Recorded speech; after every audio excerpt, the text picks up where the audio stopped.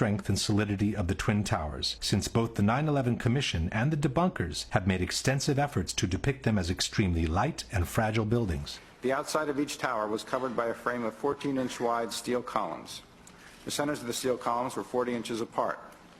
These exterior walls bore the majority of the weight of the building.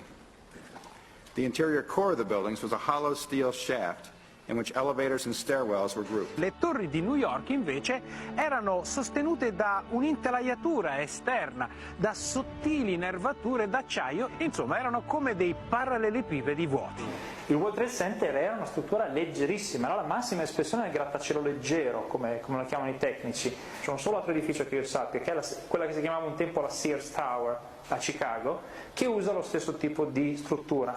Dopo il World Trade Center nessuno l'ha più usata. As we shall see, all these statements are false.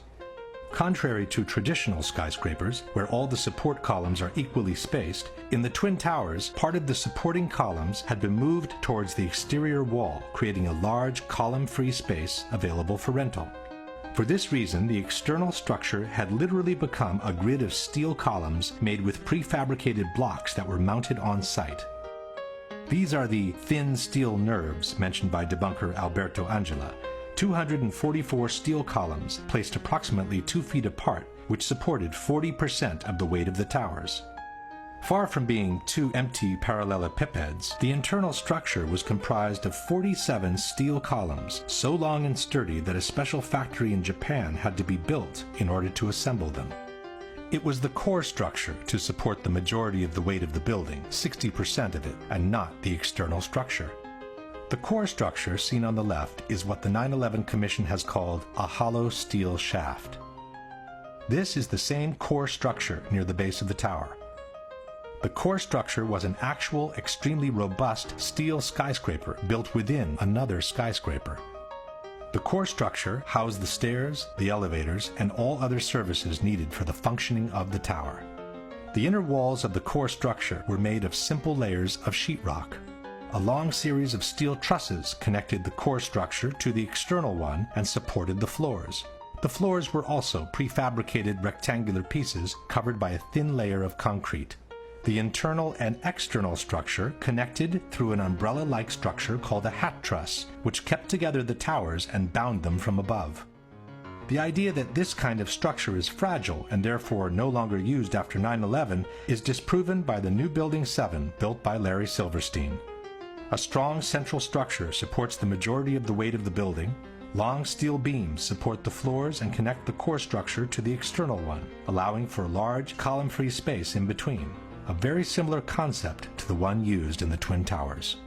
Most importantly, the debunkers forget to mention that the Twin Towers were built with a structural redundancy of 3 to 5 times the weight they were meant to support. This structure was capable of holding 3 to 5 times the weight. These buildings are built to handle several times the load above them. So those perimeter columns could handle 5 times the load above them, and the core columns could handle 3 times the load above them. In addressing the solidity of the Twin Towers, the Massachusetts Institute of Technology stated that its 244 perimeter columns made it one of the most redundant and one of the most resilient skyscrapers. On the same subject, the architectural firm of Roth & Sons wrote, "The building as designed is 16 times stiffer than a conventional structure.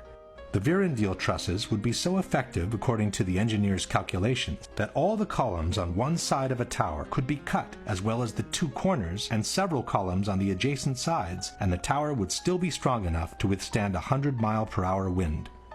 John Skilling, the structural engineer who designed the Twin Towers, stated, "Live loads on these perimeter columns can be increased more than 2,000% before failure occurs." In particular, the Twin Towers were designed to sustain the impact of a large airliner traveling at 600 miles per hour and still remain standing. Interviewed in 1993 by the Seattle Times, John Skilling stated, "We looked at every possible thing we could think of that could happen to the buildings, even to the extent of an airplane hitting the side. Our analysis indicated the biggest problem would be the fact that all the fuel from the airplane would dump into the building. There would be a horrendous fire, a lot of people would be killed, the building structure would still be there." And it was. After the impacts, both towers remained standing, showing no major effect on their stability. Furthermore, NIST has confirmed that the initial jet fuel fires themselves lasted at most a few minutes. This means that from that moment on, the only available source of fuel for the fires was common office furnishings.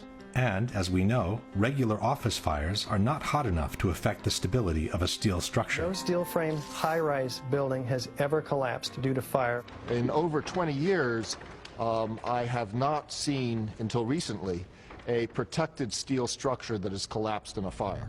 These kinds of designs have performed extraordinarily well over history. In fact, until this occurrence, no building had fallen down because of fire. Furthermore, NIST estimated the combustible fuel loading was somewhat lower than found in prior surveys of office spaces. The number of interior walls, and thus the minimal amount of combustible interior finish and limited bookshelf space account for much of the differences. There was no reason for the towers to collapse at that point.